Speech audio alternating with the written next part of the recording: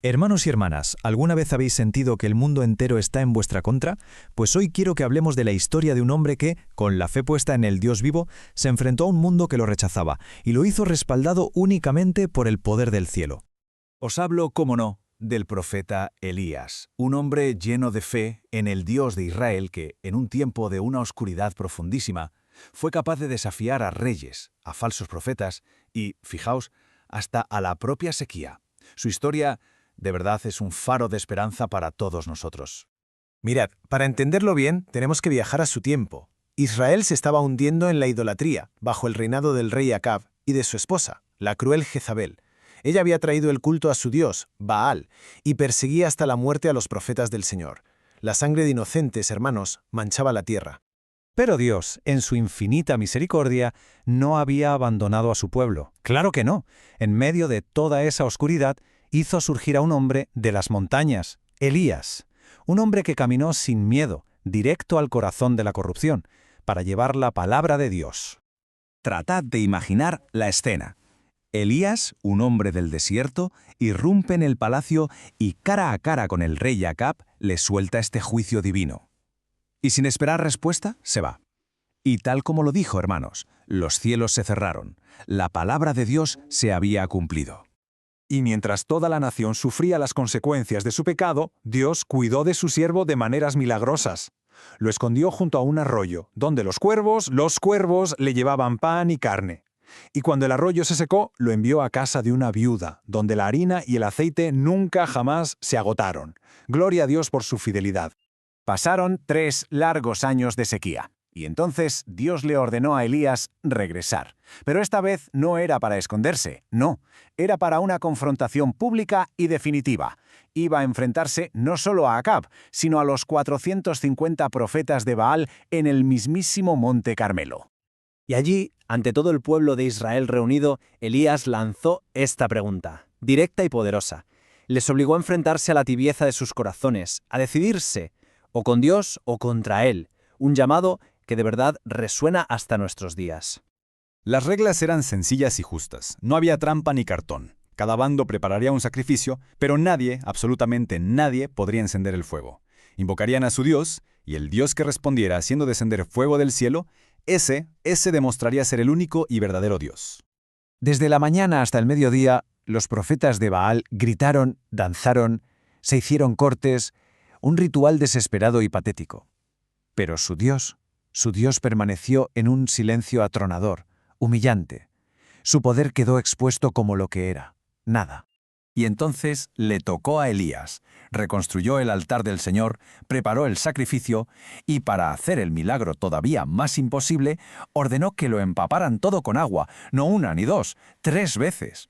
Y luego, con toda la calma del mundo, elevó esta oración, tan sencilla y llena de fe.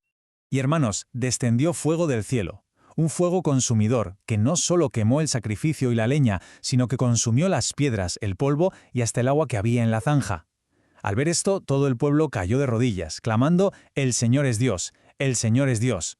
¡Qué momento! Pero, justo después de esta victoria tan increíble, la historia da un giro que no te esperas. La reina Jezabel, enfurecida, le envía un mensajero con una amenaza de muerte. Y el espíritu de Elías, el profeta de fuego, se vino abajo. Se quebró por completo. Es que es chocante ver esa caída, ¿verdad? El hombre que se había enfrentado a 450 profetas ahora huía aterrorizado de una sola mujer. Corrió sin rumbo hacia el desierto desesperado, y esto nos muestra que el mayor de los profetas también es humano. Aquí vemos el corazón de un hombre agotado, sintiéndose solo, un fracasado, llega a desear la muerte.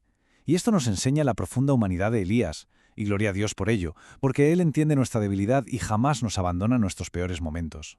Y Dios no lo abandonó, claro que no. En su momento más bajo no le reprendió. Al contrario, le envió un ángel para alimentarlo y darle fuerzas. Lo preparó para un viaje de 40 días hasta el monte Horeb, el monte de Dios, para tener un encuentro personal con él. Y allí, en la montaña, Elías presenció demostraciones aterradoras del poder de la naturaleza. Un viento que partía las rocas, un terremoto que sacudía los cimientos y un fuego abrasador. Pero la voz de Dios no estaba en ninguna de esas fuerzas tan abrumadoras. Y después del fuego llegó la calma, y en medio de ese silencio, un susurro, suave y apacible. Ahí, Ahí estaba Dios, no en la tormenta, sino en la calma, hablando con ternura para sanar el espíritu herido de su siervo. ¿Qué lección tan increíble nos deja esto, hermanos? En ese susurro, Dios le reveló a Elías un secreto que le devolvió el aliento. Le dijo: «He reservado a 7,000 en Israel, todos aquellos que no se han arrodillado ante Baal». Elías nunca había estado solo. ¡Aleluya! Siempre hubo un remanente fiel. Con el espíritu ya restaurado, Dios le dio a Elías una nueva misión. Ya no se trataba de huir, sino de seguir adelante. Y parte de esa misión era ungir a su sucesor, a Eliseo, para asegurarse de que la obra de Dios continuaría a través de la siguiente generación. Elías encontró a Eliseo arando en el campo, y sin decir ni una palabra, le echó su manto por encima. Ese era el llamado. Y Eliseo, entendiendo el peso de ese gesto, quemó su arado, sacrificó sus bueyes, y lo dejó todo para seguir al profeta de Dios. El final de la vida terrenal de Elías fue tan extraordinario como todo su ministerio. No conoció la muerte. Un carro de fuego apareció de la nada y se lo llevó al cielo en un torbellino. Y al ascender, su manto cayó, para que Eliseo recogiera el legado y continuara la misión. La vida de Elías nos deja lecciones eternas, hermanos míos. Nos enseña que el valor de verdad nace de la fe en Dios, que Él puede manifestarse con un poder increíble, pero nos restaura con ternura, que nuestra fragilidad no es un obstáculo para sus planes y, lo más importante, que nunca, de verdad, nunca estamos solos. Así que, hermanos y hermanas, que esta historia encienda una llama en nuestros corazones, que nos recuerde que el mismo Dios que respondió con fuego en el Carmelo y que susurró con amor en Horeb, es nuestro Dios hoy. Él pelea por nosotros. Amén.